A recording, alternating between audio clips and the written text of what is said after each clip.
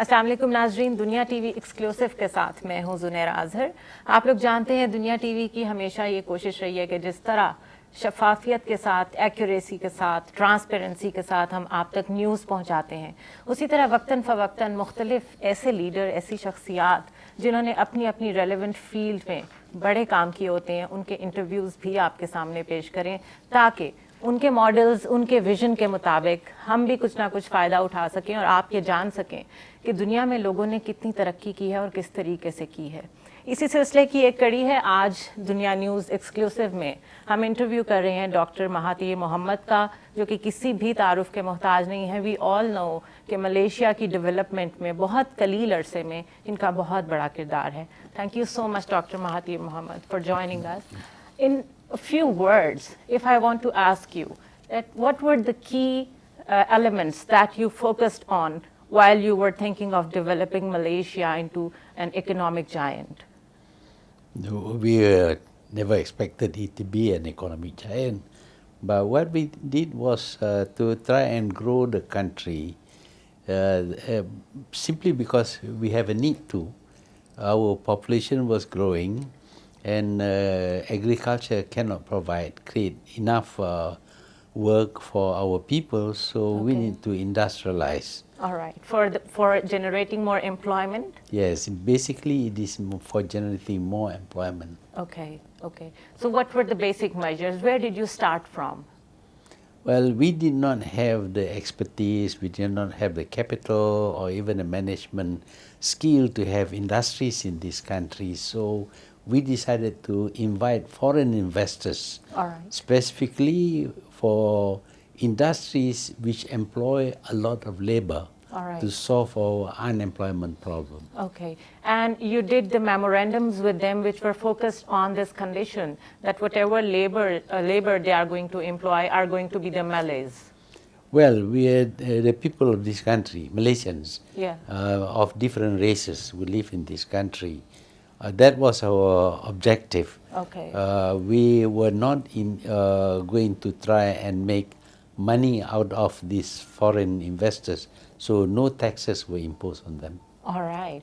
Okay, so when we think about Malaysian economy, the first thing that comes to our mind is the lack of dependency on the corporates like IMF and World Bank, that you said absolutely no to them, that you're not going to depend on them. That was such a bold step. How did you work on that?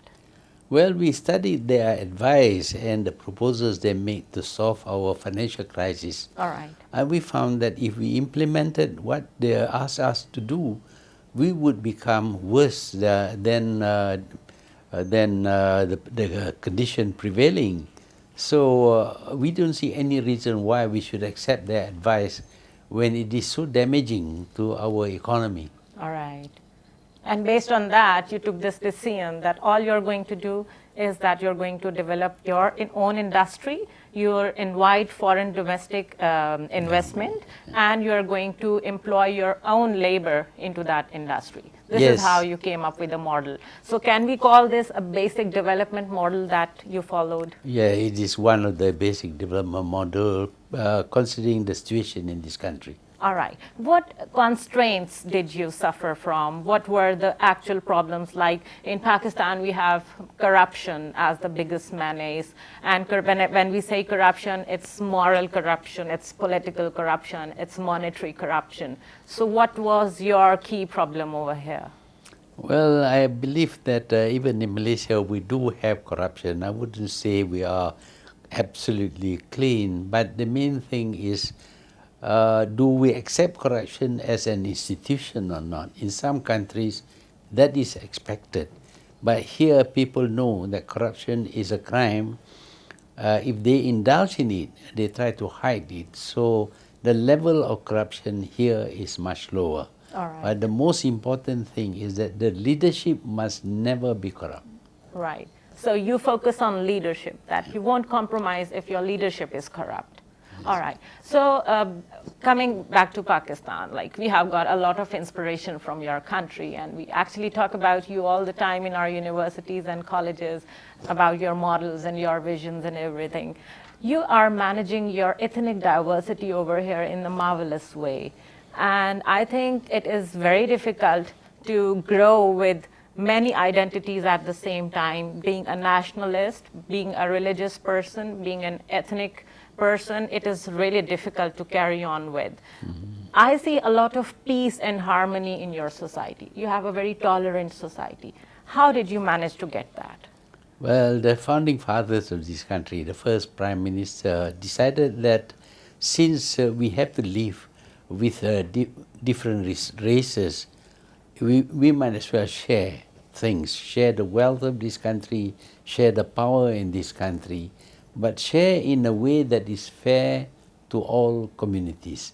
All right. Of course, in sharing, everybody must be prepared to sacrifice something. Of course. And once this principle is accepted, it became possible for us to share this country between the three major races living in this country. Indians, Indians, Malays, Chinese, and Chinese. yeah. All right. I find it very difficult to manage sectarianism. Like, maybe it's quite easier to manage ethnic diversity, but when it comes to sects, you have so many religious groups living under the same umbrella of Muslimhood, and yet they are very extreme in their views. This is the problem we are facing in Pakistan. How do you think we should manage it?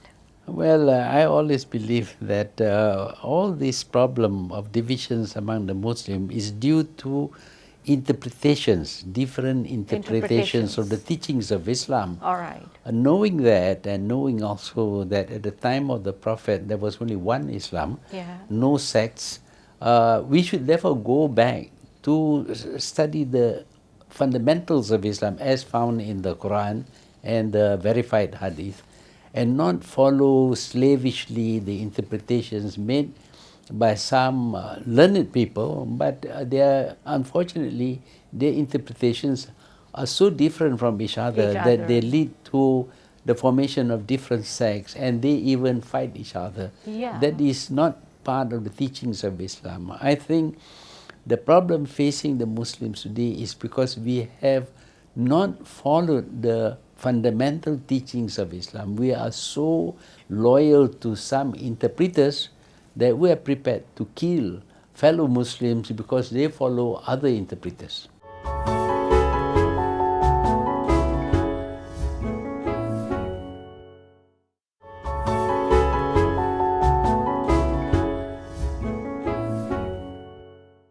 I think is that the critical and logical interpretation and the inquisitiveness that once in the medieval ages were the assets of Muslims, it is no more there.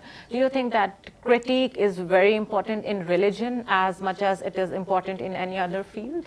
Yes, it is very important. The interpretation of ideologies or religion shapes the progress of the nation. But if we allow the constant addition to the original interpretation, we are bound to differ from each other. So we go back. We say that when you lose your way, go back to the beginning, and the beginning is always the Quran and the verified Hadith. So if we look at the Quran, for example, we very proudly say the Quran says, "Iqra," read. I mean, that is it starts from that. It starts from there. But do we read? Somebody tries to say that when you read, read only about Islam and not about any other thing. But the early Muslims read everything. They read the work of the Greeks, the works of the people in India, the mathematics and all that. That's how they became very learned, and they became very progressive in terms of science in those days, and they built up a great civilization. But so we tend to change the interpretation and say, oh no, you read only about religion. But the Quran does not say read about religion. Only. Yeah. So what do you think were the basic reasons that once when we were ruling the world, we had an empire, a Muslim caliphate, and we were into geography, we were into medicine, we were into surgery, and so much. And there was this time that our libraries were burned, and our works in Arabic were translated into Hebrew and different languages. And now those nations are making a lot of progress, and we are nowhere. What happened was that around the 15th century of the Common Era, there came this interpretation regarding what is meant by reading, that you should read about the religion, and that there is no merit in studying other subjects like science and math and all that. And you will notice historically that from that period onwards, the Muslims regress in terms of science and other field of knowledge. But the Europeans, the Christians, came to the Muslim world to access the learnings of the libraries of Cordoba and of Baghdad and everywhere. And they got the knowledge, and they progressed with the knowledge that we produced, and we discarded the knowledge, and therefore we went backwards. All right. So do you think that we need a platform like European Union and like other platforms that the Western world is having, and they are so united to save their own interest, and the Muslims couldn't even contain OIC? Do you think we need a strong platform? Yeah, we need a platform, but in fact, I mean, Islam always stresses that we are all brothers, but are we behaving like brothers? Now, if you believe in Islam, you must accept that people who have slightly different interpretation from yours are also Muslims, and we have to accept them as your brother. As your brother, you become united. But because we ignore the teachings, the fundamental teachings of Islam, we have our own loyalties to this teacher and that imam and all that, and that's what breaks us up. So until we go back to the teachings, fundamental teachings of Islam, we will not be able to unite. Dr. Mahathir, every single person in Pakistan is nowadays talking about revolution, because we have so much discontinuity in the process of democracy. We had military regimes and all that, and now everybody thinks that we need revolution. Do you think that revolution is a necessary evil? It is always something that is accompanied by bloodshed and anarchy. Why can't we go through evolution in a peaceful manner and be progressive at all?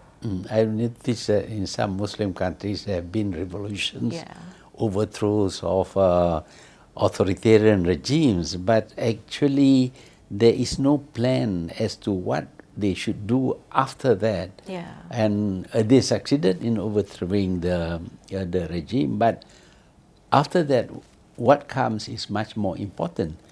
Do you, after overthrowing a system you don't like, no longer practice that system? There is a tendency to go back to this authoritarian rule.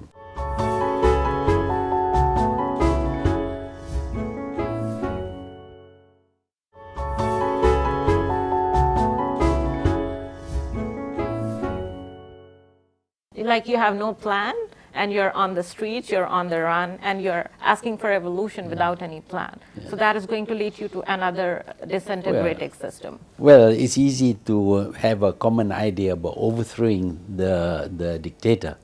But after that, you become divided again, because each will pull in different directions. And that does not lead towards a stable society. Okay. What is your opinion on the intervention of United States in Afghanistan and the way Pakistan has gone so much unstable? We are fighting extremism. Some say we are fighting war of America. Some say we are fighting our own war. What is your opinion? If you look at the history of the United States after the World War, you will find that wherever they put their fingers in, things are going to go bad. You see, and you know what happened to Vietnam, what happens to Iraq, Afghanistan. They say they want to bring about democracy, but the way they go about it is wrong. Democracy should come from the people, not within. from outside. And what they want to do is to achieve a regime change, not democracy so much as a regime change that is favorable towards them. If that regime is dictatorial and favorable towards them, that's okay. They are okay with it? Okay. But they don't want any regime that is not favorable. So what is the solution in your vision to what is happening in Afghanistan? Like, it has now history of terrorism and all. Again, I would say go back to Islam. Go back to the fundamental teachings of Islam. If you are a Muslim, you know very well that Islam requires that we should be brothers. Are you a Muslim, you start killing each other? That's not being Islamic. You see, so there are so many things in the Quran which can guide us as to how we should behave in life. Islam is a deen, a way of life. But we just ignore what's in the Quran. We follow some leader or some imam, and in the process we fight each other. All right. Is it bad to be inspired by the Western culture? There are elements of Western culture which we should accept, but there are bad elements which we should reject. We should be choosy about it. Yes. All right. What is, in your opinion, the role of religion should be in the government's affairs? Well, religion teaches us the good way, I mean the best values that we should have, and that should influence the way we run a government. For example, you are required to be not to be corrupt. You are required to accept your responsibility and carry it out properly.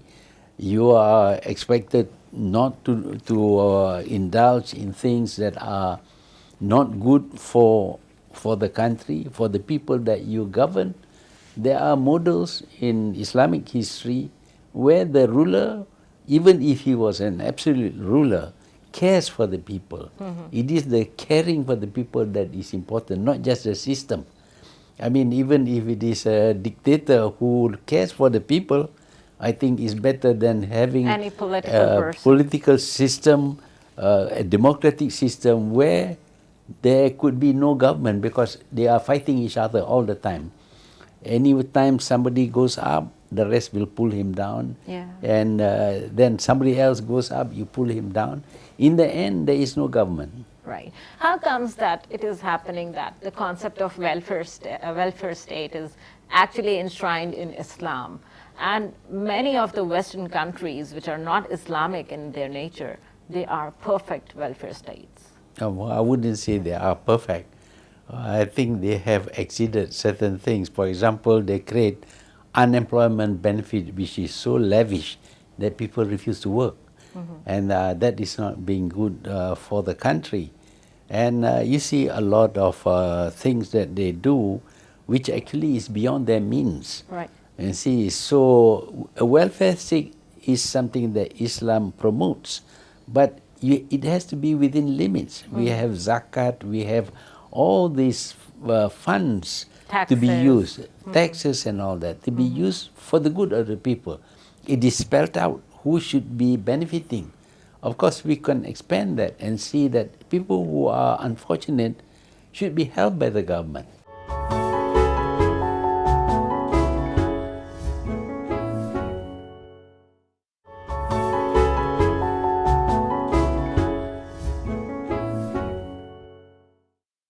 What do you think should be the solution to the issue of Kashmir and Palestine?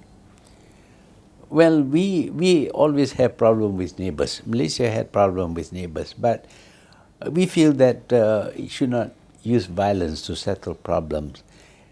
We had a dispute with Thailand over the sea where there is a potential for gas and oil.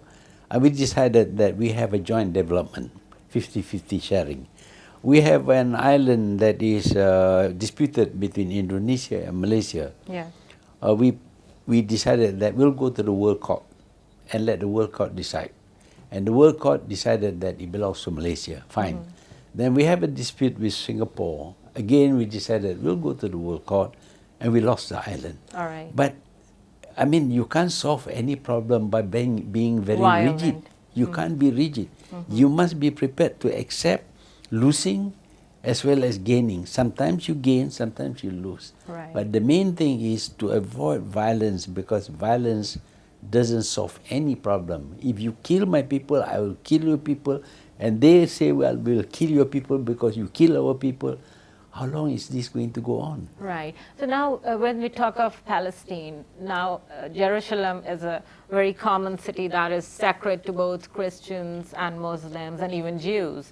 And if there is a solution that was ever offered, that let it be a neutral city, and then there was this roadmap, and the part of Palestine that was offered to Palestinians 6 years back is now reduced to such a truncated part. Wasn't it affordable to offer to accept that offer like 6 years before, 7 years before? Like you're killing your own people, you're having more problems. Well, before Jerusalem was not ruled by the Jews. Yeah. And the Jews were not there, but they were allowed to go and pray. The Christians were allowed to go and pray. The most important thing is access to the holy city. places, Yeah. not who is ruling. Because under Turkish rule, for example, there were Jews, there were Muslims, there were Christians. That was fine, but when you want one race wants to occupy everything and demand that only they rule the country, that is wrong. That I will not agree. Okay. But on the other hand, of course, it is part of a bigger problem of occupation of Palestine by the Jews. All right. What is the concept of women coming into politics, in your opinion? Like we had Benazir Bhutto, our prime minister. We have now a foreign minister who's a lady. We have an information minister. A lot of women in Pakistan are coming into politics. What is your opinion on that? I think it is good. We need talents. We have a small population in Malaysia. And if we exclude the women, 50% of our talents, 50% of our ability would be gone. So we need them to come in, and they have shown they have the capability. And they are very industrious, they love to study, and in fact they are better than men in many instances. So I don't think we should exclude their participation in public life. I'm so happy to hear it from you that they are better in many ways, because all the time we are looking forward for such comments from men, but it's hard to hear such things from them. What is your opinion on ijtihad? Like you have been saying that we should go back to the basics of Islam again and again and start from there whenever we have some problems. At the same time, God has told us to rethink things which are problematic for you and on which Quran and Sunnah both are not very clear. But ijtihad is not taking place in the Muslim world at all. Do you think it is one of the problems we are taking place? The Quran has two types of verses. One is very specific and does not lead to misinterpretations, like saying that all Muslims are brothers. You can't misinterpret that. But then there are allegories, the verses which refer to something that happened in the past. For example, the relationship between Yusuf and Zulaikha. You can learn something from there. But of course, people interpret slightly differently from each other, because that is a very open thing for you. So whenever you face a problem, you should think of going back to the Quran and rethink about what they actually interpret. In the same context, I would ask that a lot of organizations of civil and human rights, they say that the death sentence that is part of Islam as it is known to the people is inhuman and it should be eradicated. What do you say on that? Well, there are cases where, of course, we should. In the past, they were very lavish about passing the death sentence. But we should know that in Islam, the most important thing is justice. When you judge with justice. And the death sentence is not prescribed absolutely for everything. You can forgive. You can say that, well, I don't want this sentence to be carried out. But before you reach the stage when the death sentence is passed, there are many, many other things that you have to look into to ensure that there is justice when the sentence is passed.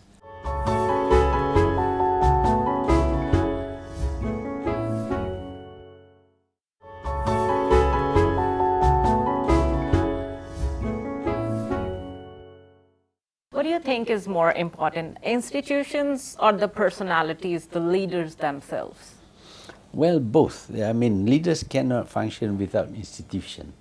Institution, of course, must be guided by certain provisions, conditions that are attached to that institutions. It gives guidance for the leaders to act. They act within the framework of something that is already laid out. Right. But of course, you may have a need to expand on it or to reduce some of the provision. That is up to the circumstances and your own rationale for it. But I think institutions in Islam is very necessary. For example, we are seeing today in the West, they have discarded the institution of marriage, of family and all that. Yeah. That is very bad. Of course, that is a big blow to their social fabric, actually. Do you think that voice of the people is like really important? Because when you have most of your people who are not very literate, they are not aware of most of the things, and then you are following the rule of absolute majority, do you think that is perfectly fine? It's not a perfect system. Democracy is not a perfect system. Majority of the people would be less educated than the elites. Yeah. But the elites may have all the ideas and good rational and all that. But it is the majority which decides. So that is part of the problem with democracy. You assume that the majority is right, but the majority can often be wrong. Wrong, yeah. So what do you think is the best way of formulating a government?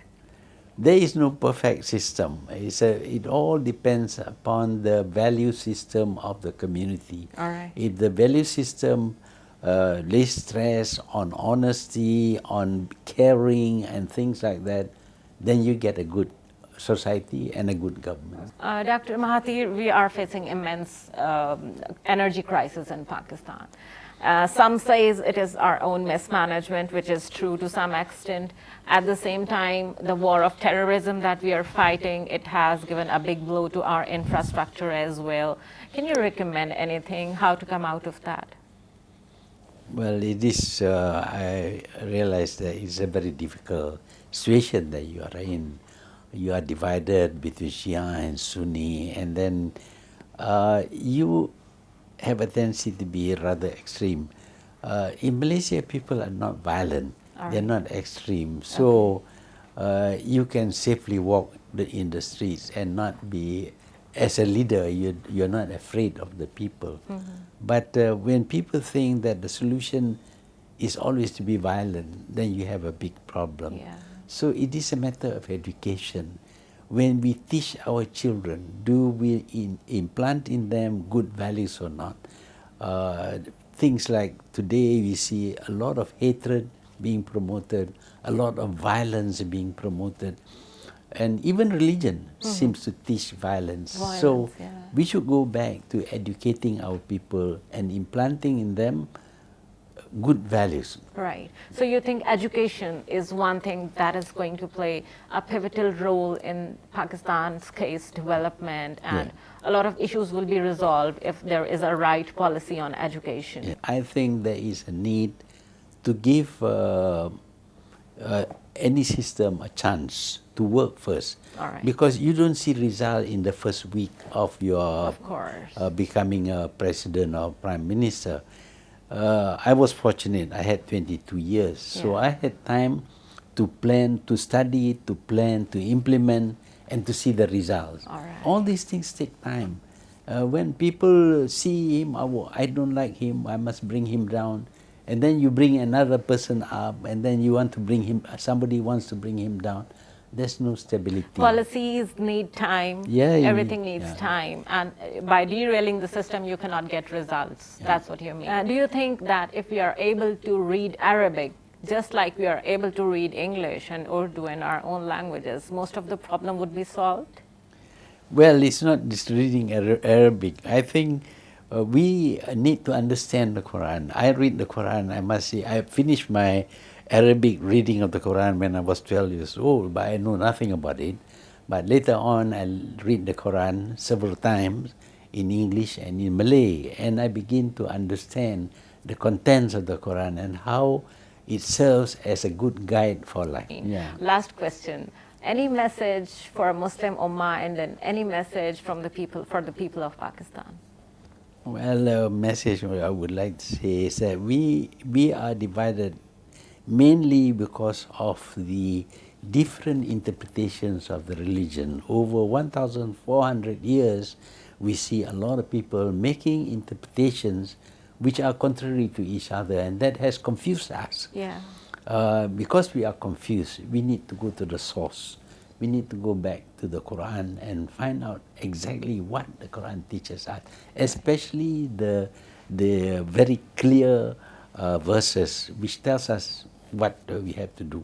And I think if we do that, all of us go back to the same source, that in itself will bring about unity and Alright. reduce conflicts among us.